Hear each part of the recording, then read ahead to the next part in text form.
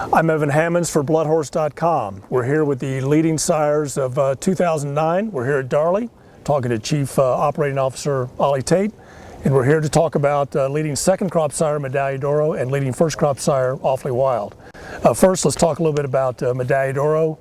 I think we can kind of go beyond, he's the sire of Rachel Alexandra, and talk about some of the other top exciting runners that he had in 2009. Yeah, I mean he's off to a phenomenal start. We were lucky enough to acquire him in the middle of the year, and he finished out the 2009 breeding season here after moving across. And then, obviously, at that stage, Rachel Alexandra had won the Oaks, and then she went from strength to strength, and so did Medaglia d'Oro. He's had Gabby's Golden Gal and Passion for Gold, of course, his other two Grade 1 winners, and Passion for Gold, importantly, a Grade 1 winner in Europe. So I guess that underlines his versatility going forward, and he's had a host of other stakes winners, 12 in all now. So it's very exciting. Let's talk a little bit about Medaglia d'Oro himself and his size and his scope. I mean, he's a phenomenal looking horse. What can you tell us about what he will bring to breeders?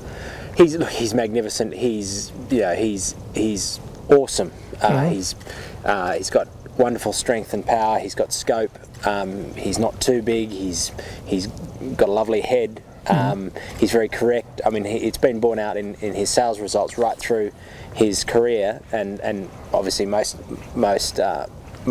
recently, since the success of his runners this year, his progeny sold incredibly well. But even before then, when he was an unproven sire, his progeny sold very well, which I think is an indication of how of the good-looking stock that he gets. He's a very dominant sire. He dominates the mares in terms of the colour that he gives the progeny, and they're very correct horses like he is, and they've got great scope and strength. So, I mean, he's every time you see him, it brings a smile to your face on how good a looking horse he is. He is a grand looking horse. Let's talk a little bit about the mares that he's gotten leading up to this point. It seems like he has a good proportion of Mr. Prospector mares, or some of his big runners have come from crosses with Mr. Prospector mares. Is there any particular nick or pattern there, breeding pattern wise? Well, look, obviously, yeah. I mean, he seems to have a real affinity for Mr. Prospector line mares. I mean, it's early days, so yes, obviously we know that works. I think he'll work with many different lines. He's an easy horse to breed to. I mean, he's outcrossed to Mr. Prospector. He's a grandson of Sadler's Wells, and Sadler's Wells is obviously the leading broodmare sire of 2009. Absolutely. So, I mean, I think yes, he's got a great affinity with Mr. Prospector, but I think at this stage, that is very much a function of the mares that he has covered, coming predominantly from that line, given that he's an outcross. I think over time, he'll be found to be well suited to many different sire lines. Okay, great. And he had just had a phenomenal year. He had how many stakes winners again?